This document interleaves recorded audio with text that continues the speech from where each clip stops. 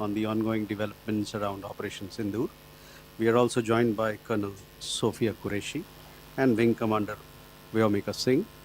With that, I hand over the floor to Foreign Secretary. Sir, over to you. Thank you Randeep. नमस्कार, good afternoon, आप सबका स्वागत है. और मैं सबसे पहले अनुरोध करूंगा कर्नल सोफिया कुरैशी से कि वो आपको आज तड़के सवेरे से हुई घटनाओं से अवगत कराएं. Colonel Qureshi. Thank you sir.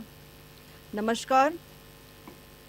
8 से 9 मई 2025 की मध्य रात्रि को पाकिस्तानी सेना ने सैन्य बुनियादी ढांचे को निशाना बनाने के इरादे से पूरी पश्चिमी सेना पर भारतीय वायु क्षेत्र का कई बार उल्लंघन किया. यही नहीं बल्कि पाकिस्तानी सेना ने नियंत्रण रेखा पर भारी कैलिबर वाले हथियारों से गोलीबारी भी की. अंतर्राष्ट्रीय सीमा और नियंत्रण रेखा पर लेह से लेकर सर क्रीक तक 36 स्थानों पर 300 से 400 लगभग ड्रोनों का इस्तेमाल घुसपैठ का प्रयास करने के लिए किया गया. भारतीय सशस्त्र बलों ने काइनेटिक्स व नॉन काइनेटिक साधनों का उपयोग करके इनमें से कई ड्रोन्स को मार गिराया.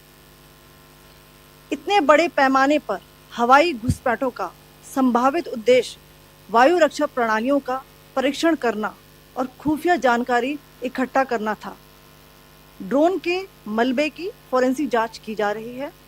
प्रारंभिक रिपोर्ट्स से पता चलता है कि वे तुर्की के असीस गार्ड सोंगर ड्रोन्स हैं.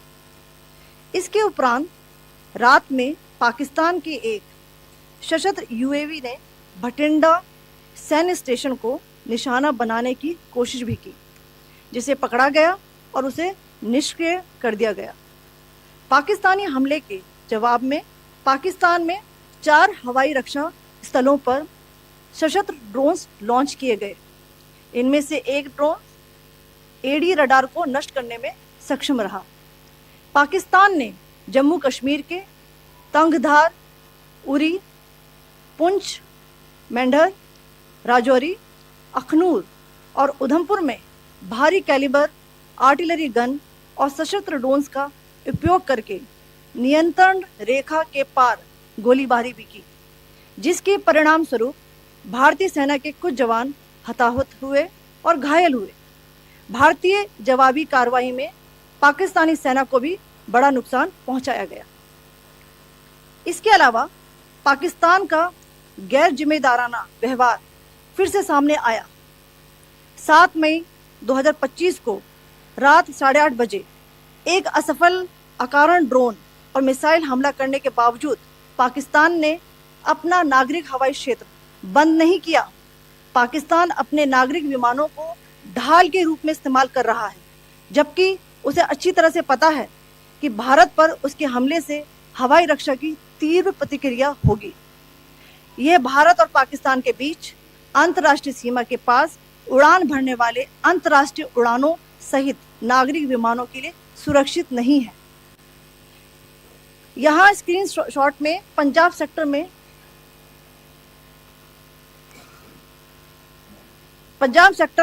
हाई एयर डिफेंस अलर्ट स्थिति के दौरान एप्लीकेशन फ्लाइट रडार 24 का डेटा दिखाया गया है. जैसा कि आप देख रहे हैं यहाँ पर भारतीय पक्ष का हवाई क्षेत्र घोषित बंद के कारण नागरिक हवाई यातायात से पूरी तरह से रहित है. कराची और लाहौर के बीच के हवाई अड्डे मार्ग पर नागरिक एयरलाइंस उड़ान भर रही है. हाई अलर्ट किया गया है विमान फ्लाइनेस एविएशन का एयरबस 320, जैसा कि आप यहाँ देख रहे हैं, जो कि शाम को 5:50 बजे दमम से शुरू हुआ और रात को 9:10 बजे लाहौर में उतरा. ये सारा डिटेल्स आप यहाँ देख रहे हैं. ये डिटेल्स यहाँ लिखा हुआ है. Can you see this?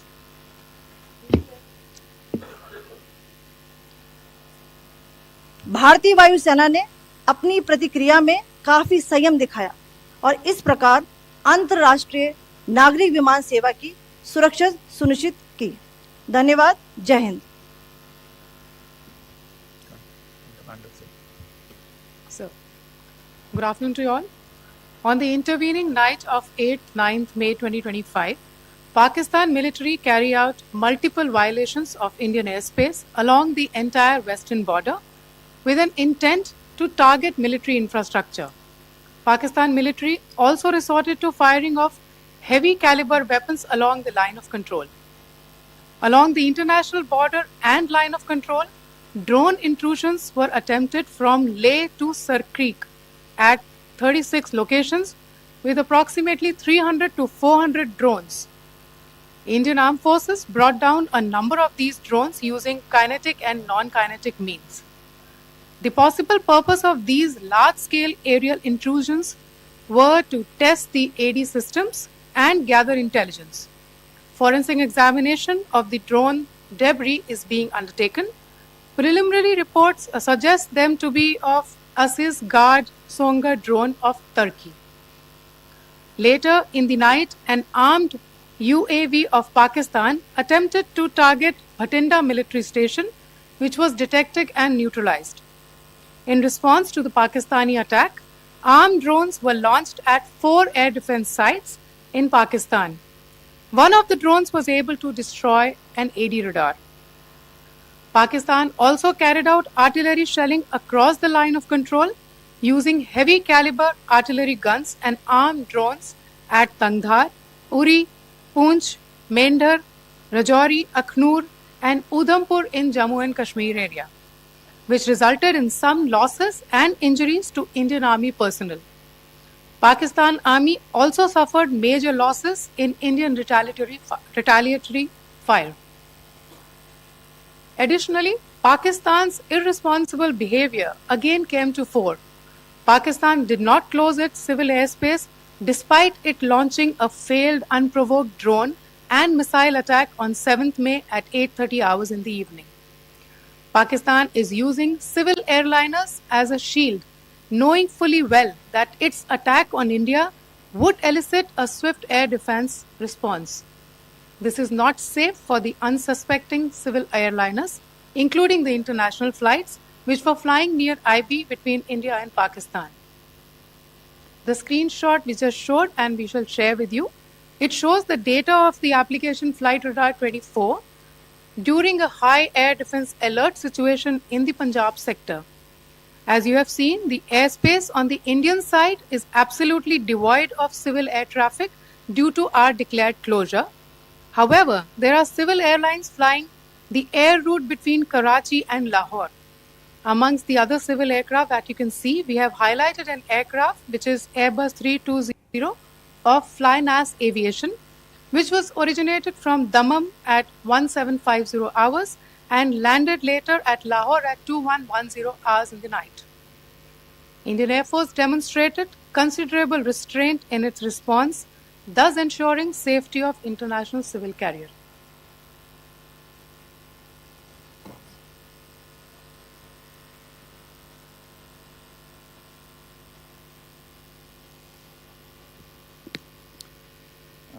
Thank you, Colonel Qureshi, Wing Commander Singh. I have just a few points to share in addition. कल रात की पाकिस्तानी सेना की कायरतापूर्ण गतिविधियों से आपको कर्नल कुरैशी और विंग कमांडर सिंह ने पहले ही अवगत करा दिया गया है. These provocative and escalatory actions that were taken by Pakistan last night were targeted at Indian cities and civilian infrastructure, in addition to some military targets. The Indian Armed Forces responded proportionately, adequately and responsibly. ये जो हमले हुए कल रात को भारतीय सैन्य इकाइयों ने पर्याप्त रूप से और एक जिम्मेदाराना रुख अपनाते हुए इन हरकतों का उत्तर दिया. What I want to underline is that the official and blatantly farcical denial of these attacks that Pakistan carried out by the Pakistani state machinery is yet another example of their duplicity and the new depths that they are plumbing in their quest for disinformation. The other point in the same vein is Pakistani claims that they did not target or attack any religious places. You would recall that yesterday I shared with you an incident related to the attack on a Gurdwara in Poonch. Instead of owning up to these attacks, Pakistan made the preposterous and outrageous claim that it was the Indian Armed Forces and the Indian Air Force that was targeting cities like Amritsar and trying to put the blame on Pakistan. This is nothing but a desperate attempt by Pakistan to disown its acts of aggression, but it is also true to type in its effort to deceive and mislead the world. It will not succeed. The Gurdwara in Poonch in particular was attacked by Pakistan, and some local members of the Sikh community, including a Ragi of the Gurdwara, lost their lives in this incident, as I shared yesterday. TV पर आप इस हमले के चित्र देख सकते हैं. In addition, that we would attack our own cities is the kind of deranged fantasy that only the Pakistani state can come up with. Perhaps they do it because they are well versed in such action, as their history would show. The last point I wanted to make this evening is again this disinformation that is coming from Pakistan about India targeting the Nankana Sahib Gurdwara through a drone attack. This is again yet another blatant lie and part of Pakistan's disinformation campaign. As we saw in the Pahalgam attack, Pakistan is again trying desperately to impart a communal hue to the situation with an intention to create discord. Again, we are not surprised. India's steadfast unity in itself is a challenge to Pakistan. Let me stop there. I have time only for a few questions and be happy to try and answer them. First, I call Siddharth. Siddharth, please. Hi, sir. I'm Siddharth from Beyond. So this is Siddharth, behind, please. The other Siddharth. yes. Hi, sir. I'm Siddharth from CNN News 18. Sir, I only want to know from you the status of Kartarpur corridor. Is it open or not? If you can. I think you're all aware of the situation along the entire India-Pakistan border and the areas around the line of control. In view of the existing security scenario, the services of the Kartarpur Sahib corridor have been suspended till further directions. We'll update you as and when there is a change in the situation. You have a question here, Rishabh? So, good evening, Rishabh from Times Now. So, you spoke about religious places being hit in Jammu. There's another religious place which is a Carmelite nun church that has been hit. What do you have to say about it? If you can explain that to us. Yeah, actually, we do have some information about this extremely regrettable and condemnable incident. During heavy shelling across the line of control in the early morning of 7th May, a shell fired from Pakistan landed just behind the Christ School run by the Carmelites of Mary Immaculate congregation in Poonch. Tragically, the shell fired from Pakistan hit the home of 2 students of the Christ School. Both students unfortunately lost their lives and their parents were severely injured. Another Pakistani shell struck a Christian convent of nuns belonging to the congregation of the Mother of Carmel, damaging water tanks and destroying solar panel infrastructure. Several priests, nuns, school staff and local residents took refuge in an underground hall beneath the Christ School during the shelling by Pakistan. The school happened to be closed at the time, fortunately. Otherwise, more losses would have occurred. Again, we have seen the Pakistani side targeting and shelling places of worship with a particular design. This includes gurdwaras, these convents and temples. This is a new law even for Pakistan. Your question here, Pranay. Sir Pranay Upadhyay Amar Ujala से। Sir कल आपने इसी podium से पाकिस्तान के IMF bail out को लेकर और Indus water treaty को लेकर जो टिप्पणी की थी उसकी पाकिस्तान में काफ़ी तीखी प्रतिक्रिया भी आई और उसके बाद हमने देखा कि पाकिस्तान की तरफ से किस तरीके से लेह से लेकर भुज तक पूरी बॉर्डर के ऊपर जो इन्वेजन था वो किया गया। मौजूदा सिचुएशन के अंदर पाकिस्तान के बेल आउट पैकेज को लेकर और पाकिस्तान के इन अटेम्प्ट्स को लेकर आपका क्या असेसमेंट है? और दूसरा ये भी जानना चाहेंगे कि पाकिस्तान की तरफ से ये जो अटेम्प्ट किया गया था उसका भारत ने अभी तक उस तरीके का कोई जवाब नहीं दिया गया है, तो क्या भारत इसका जवाब देगा जो कार्रवाई हुई है बीते 24 घंटों में? देखिए प्रणय, जहाँ तक इंडस वाटर्स ट्रीटी का सवाल है, मैंने कल विस्तार से उसके बारे में इसकी चर्चा की है। Indus waters treaty is in abeyance and as such I have nothing further to add to the decision that was announced by the Cabinet Committee on Security. जहाँ तक IMF bailout का सवाल है, आपको ज्ञान होगा कि IMF की आज मीटिंग हो रही है। हम वहाँ पे अपना पक्ष रखेंगे और जो हमारा मत है इन चीज़ों को लेके वहाँ पे साझा करेंगे दूसरे मेंबर्स के साथ। ये बोर्ड पे निर्भर है कि वहाँ पे क्या निर्णय होता है। और जहाँ तक जो कार्रवाई हुई है उसका जवाब देने का जो आपने जो प्रश्न उठाया है, जो आज ब्रीफिंग हुई है, जो आपको सूचना मिली है, मैंने भी कहा है कि जो आज सवेरे तड़के सवेरे जो गतिविधियाँ हुई, भारत ने उनका एक जिम्मेदाराना पूर्ण तरीके से और एक पर्याप्त तरीके से उसका जवाब दे दिया है। सिद्धांत।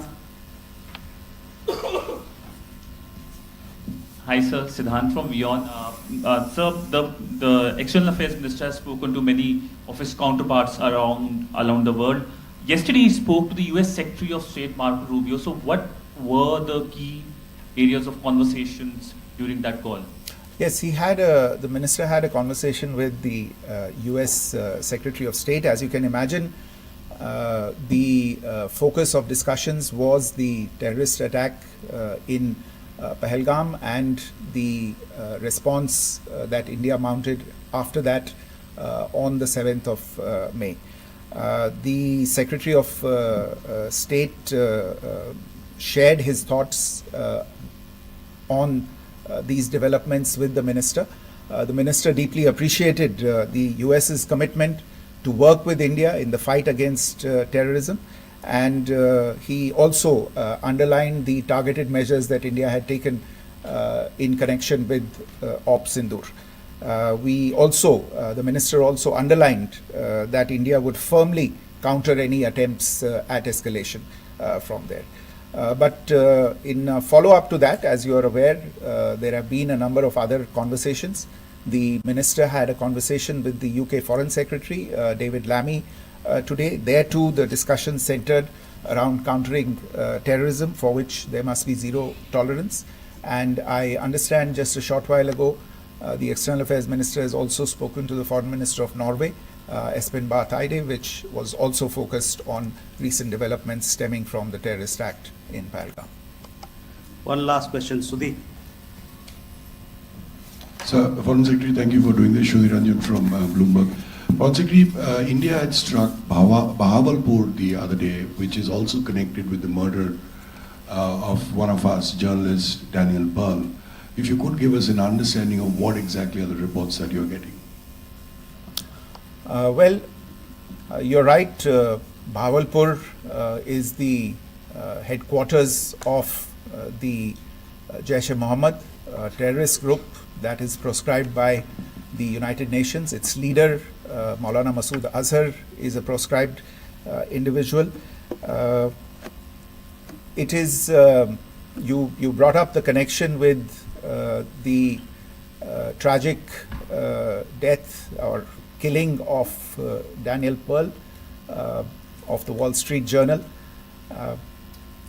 the Jaish-e-Mohammed was in some way directly or indirectly responsible for the death of Daniel Pearl. But the real connection is through Ahmed Omar Saeed Sheikh, the British Pakistani jihadi who was held in India but was finally released in 2000, and he was the person who lured Daniel Pearl to his eventually leading to his murder. So these are all obviously connected figures, connected individuals, connected institutions, and the attack on Bahawalpur, on that facility of the Jaish-e-Mohammed in Bahawalpur is, I would imagine, a fitting part of this unfortunate incident. Thank you all. Thank you, sir. With that, we come to the closure of this press briefing. Thank you very much.